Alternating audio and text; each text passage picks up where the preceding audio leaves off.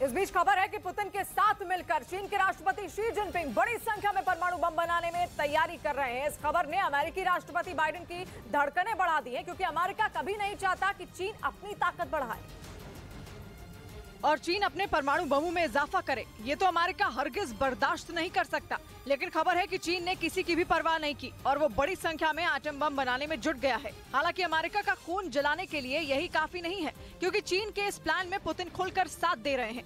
यानी पुतिन के साथ मिलकर शी जिनपिंग ने महाविनाश की ऐसी योजना बनाई है जिससे अमेरिका भी थर-थर कांपेगा। अमेरिकी खुफिया एजेंसियों के मुताबिक रूस ने बड़ी मात्रा में न्यूक्लियर फ्यूल चीन को दिया है। कहा जा रहा है कि ताइवान के उत्तरी तट से 220 किलोमीटर दूर एक द्वीप पर बड़ी संख्या में न्यूक्लियर फ्यूल की सप्लाई की गई है और ये मामला पिछले साल दिसंबर का है, जिसकी जानकारी अब सामने आई है। खबर है कि जिस द्वीप पर न्यूक्लियर फ्यूल भेजा गया वहां पर चीन का परमाणु रिएक्टर है और अमेरिकी खुफिया एजेंसियों के मुताबिक चीन अब वहां हथियारों में इस्तेमाल होने वाले प्लूटोनियम का उत्पादन शुरू कर देगा, जिसकी मदद से चीन अगले 12 साल में अपने परमाणु हथियारों के जखीरे को 4 गुना बढ़ा देगा।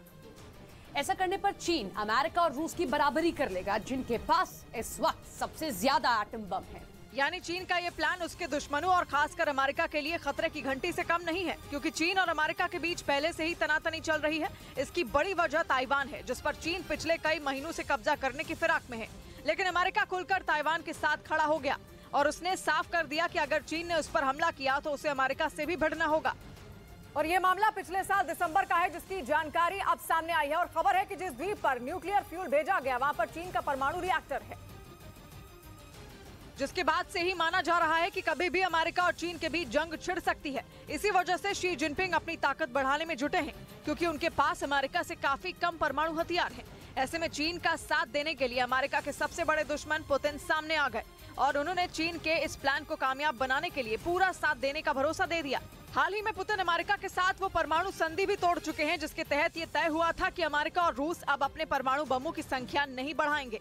ऐसे में अमेरिका को चिंता इस बात की भी है कि चीन के साथ साथ रूस भी अपने एटम बमों की संख्या न बढ़ा ले।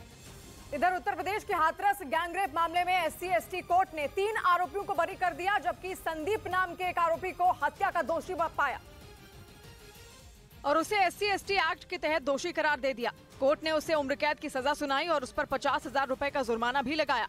वहीं कोर्ट के इस फैसले से लड़की का परिवार असंतुष्ट नजर आया। हम हाईकोर्ट में अपील करेंगे।